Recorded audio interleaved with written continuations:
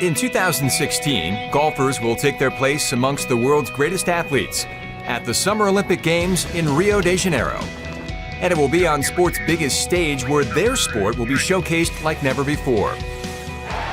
16 years ago, the thought of golf in the Olympics was just a far-fetched dream. But then, along came Tiger Woods. You can't do that.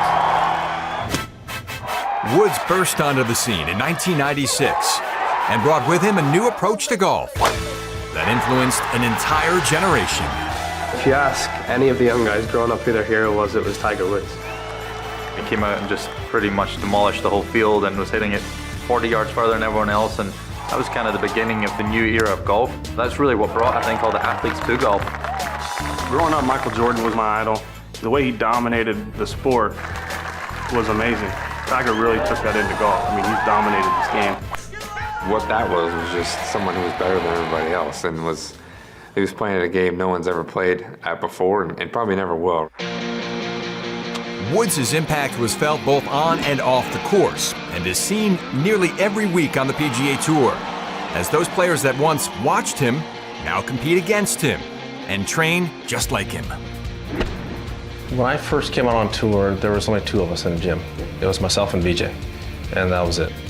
No one else worked out. The fitness was not part of golf. People just looked at golf as being golf and not golf as a sport.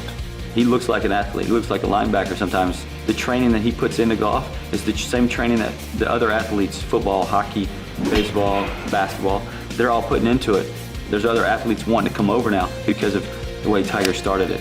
Once people started seeing that it did improve their game, because I know there was a stigma that lifting hurt your game, you couldn't hit the ball as far, but now we're seeing the exact opposite. Golfers are now becoming athletes.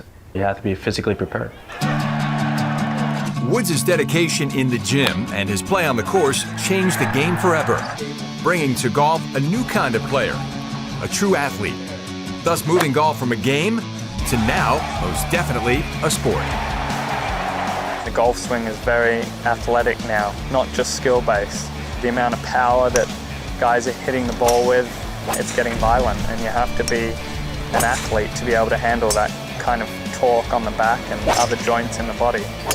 I've heard that it's a game or it's a hobby or whatever you want to call it, but I don't know many hobbies that take as much coordination, strength as this does.